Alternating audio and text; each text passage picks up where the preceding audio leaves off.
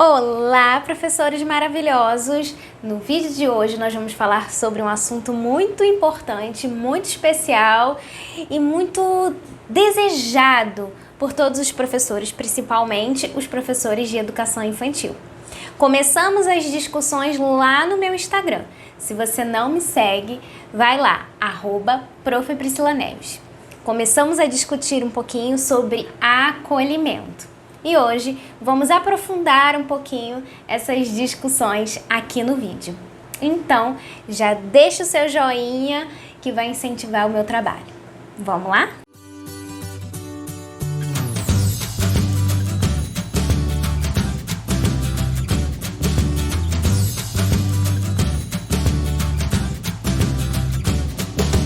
Vamos começar primeiro pensando sobre o uso da palavra. O que você utiliza aí na sua região, na sua escola? Você utiliza adaptação ou acolhimento? O uso das palavras é importante porque pensa politicamente as nossas posturas. Então é pensar para além do termo, do significado no dicionário Aurélio, mas pensar quais são as nossas posturas enquanto educadores diante dessa realidade, desse momento que envolve tantas emoções, tantos sentimentos e tantos outros sujeitos, não é mesmo? Então, a adaptação tem um significado de ajustamento, acomodação. É quando um sujeito se submete a uma situação, seja boa ou ruim. Tem a ver justamente com isso, com submissão, uma forma de se moldar. E aí acaba recaindo no lugar onde a adaptação dependesse somente da criança. Acolhimento já tem um outro sentido, um sentido de hospedar, de dar abrigo, de obter refúgio, proteção, conforto. Então é um lugar onde depende de ambas as partes, tanto do anfitrião, tanto daqueles que também serão hospedados ali, abrigados ali. Então a gente acaba fazendo uma comparação de quando a gente convida alguém para nossa casa. E aí a gente quer receber essa pessoa da melhor forma possível. E como a gente faz? A gente organiza, prepara tudo, pensa nos mínimos detalhes para que essa pessoa se sinta acolhida. Então não depende só de um lado, depende de todos os lados. Então as duas palavras, pensar nesses dois termos, nessas duas palavras, é pensar em posturas pedagógicas. Qual é a sua postura pedagógica? Deixa aqui nos comentários. Nesse vídeo nós vamos falar sobre os 6 pilares para se pensar esse processo de acolhimento de forma respeitosa e de forma sensível, onde o profissional tenha em mente principalmente a criança fazendo parte de todo esse processo. Pense nesses 6 pilares, reflita sobre eles e eu tenho certeza que você vai passar pelo processo de acolhimento de outra forma. O primeiro pilar tem a ver com a escuta. Essa busca de compreender e entender as diferentes linguagens das crianças. Saber o que elas gostam, o que elas não gostam. O que faz ela sorrir, o que faz ela chorar. Quais são as músicas preferidas, as atividades preferidas. Como é o contexto familiar dessa criança. Mostrar-se realmente disposto a conhecer aquela criança. Mostrar-se presente naquela relação, naquele primeiro contato. Isso gera a confiança da criança no adulto, isso gera a confiança das famílias com o adulto, com o profissional. O segundo pilar, eu digo que são as famílias. Talvez é um grande desafio para os profissionais de educação infantil lidar com as famílias nesse primeiro momento. Mas é muito importante você conquistar a confiança das famílias, transmitir tranquilidade, além de orientá-las nesse processo, né? De como vai ocorrer esse processo, já que durante o acolhimento as famílias precisam estar presentes, né? Então é preciso conversar com essa família a importância deles também estarem dispostos a participarem desse processo. E se as crianças precisam de acolhimento, essas famílias também precisam. Elas também estão passando por angústias, medos, expectativas e inseguranças.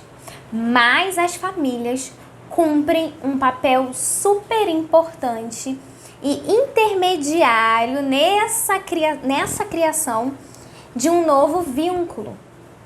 Então, é através da família que a criança vai construir um novo vínculo, um vínculo com esse adulto, com esse profissional, com esses profissionais da sala, né, com as crianças. Então, é importante a família estar bem acolhida e bem orientada também. O terceiro pilar são as relações. Exatamente. Para desconstruir tudo que você tem de ideia de acolhimento. As relações são importantes e devem ser o foco do planejamento de vocês. Então, não se deve pensar nesse momento em atividades mirabolantes, sair pesquisando loucamente na internet atividades diferentes, mirabolantes, com materiais super caros. Mas, nesse momento, você deve prezar pelas relações, promover momentos para a construção e o fortalecimento desse laço, desse vínculo afetivo. E como você faz isso? Estando disponível a ouvir, a prestar atenção, a conhecer de fato quem são aquelas crianças. O quarto pilar é o planejamento.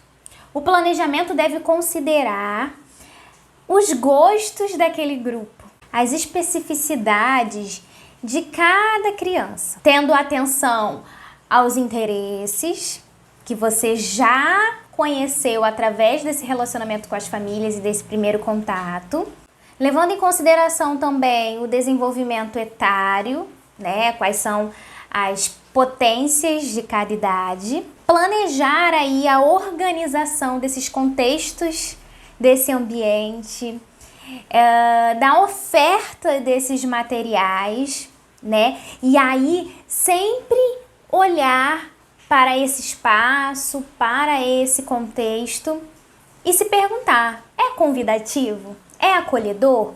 Ou é confuso? Ou são muitas informações? E aí não poderia faltar o quinto pilar, ter relação com esse ambiente. Deve ser organizado, deve ser provocativo, né? Deve instigar essa criança. Pensar também que a criança vai estranhar esse novo ambiente. E aí apresentar diversos ambientes da escola, diversos espaços da escola, né? Sair ali apenas da sala referência. E uma grande dica, para você gerar um espaço acolhedor, deve-se evitar esse rodízio de materiais. Você pode sim modificar alguns materiais, né, alguns objetos dessa sala referência, mas mantenha sempre os objetos que você observou que as crianças mais se apegaram, que elas mais se interessaram. Porque no dia seguinte ela vai procurar esse objeto como uma forma de se confortar. Então, o nosso último pilar, e não menos importante, são os registros. Eu sei que nesse processo de acolhimento, principalmente nas primeiras semanas, você vai ficar meio descabelada, não é verdade? Mas é muito importante que haja uma forma de registrar esse processo. Esse processo também, ele precisa passar por uma avaliação. Tanto para você replanejar os seus caminhos, os seus percursos, quanto para você refletir sobre os avanços e progressos dessas crianças desde o início do ano, já que você também precisa fazer relatório. E nesse relatório é interessante constar esse primeiro contato da criança com esses profissionais, com essa nova turma, com a escola. Então pense em formas de fotografar registrar, escrever, anotar, é muito importante. Vou deixar para vocês algumas indicações de leituras para você se aprofundar nesse tema. Não se cobre tanto, mas busque conhecimento. Talvez você vai errar, mas aprenda com os seus erros, aprenda com os desafios desse ano e vamos pensar acolhimento também para os próximos anos. Se você quer se aprofundar mais nessa temática, não perca a nossa aula gratuita, que será na próxima quarta-feira aqui no YouTube. Mas me segue lá no Instagram, para você não esquecer. Eu estou muito feliz da gente ter se encontrado aqui no Instagram. Você gostou do vídeo? Então já se inscreve no canal para você não perder nenhum conteúdo. Tchau, tchau! Até o próximo vídeo. Fui!